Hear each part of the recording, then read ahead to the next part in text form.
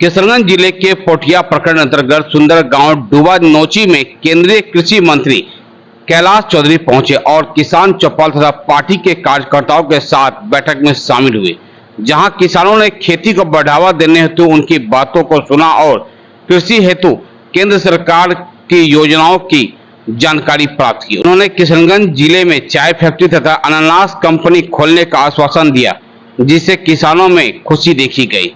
किसान सम्मान निधि योजना के बारे में लोगों को बतलाया गया तथा उन्हें जागरूक भी किया गया। उन्होंने कहा कि केंद्र सरकार के 9 साल पूरा होने पर लोगों के अंदर खुशी देखने को मिल रही है, क्योंकि सरकार ने सेवा, सुशासन और गरीब कल्याण के आधार पर काम किया है।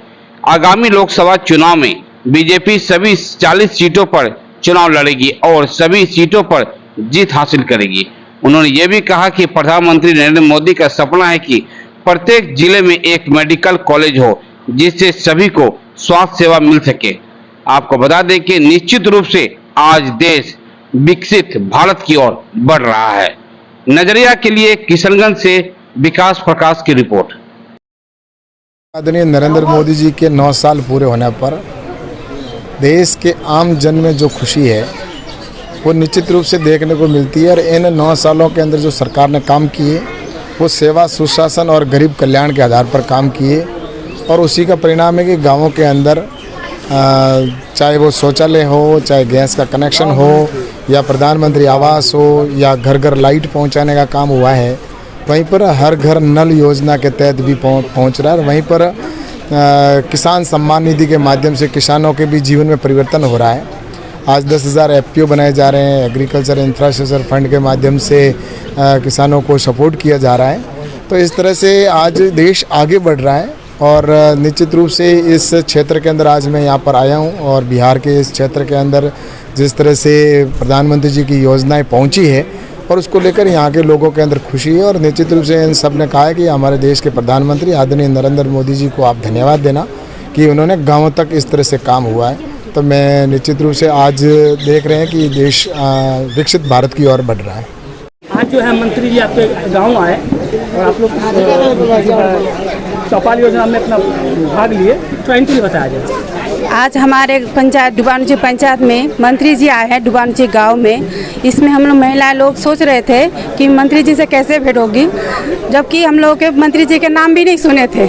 जो हम लोग गरीब महिलाओं के लिए ये बहुत आज गर्व की बात है।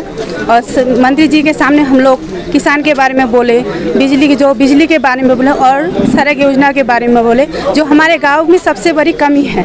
इसके लिए मांग किए हैं मंत्री जी से, और इसके लिए मंत्री जी जो भी करे हम लोग की महिलाओं के लिए बहुत स्वाभिमान की बात होगी।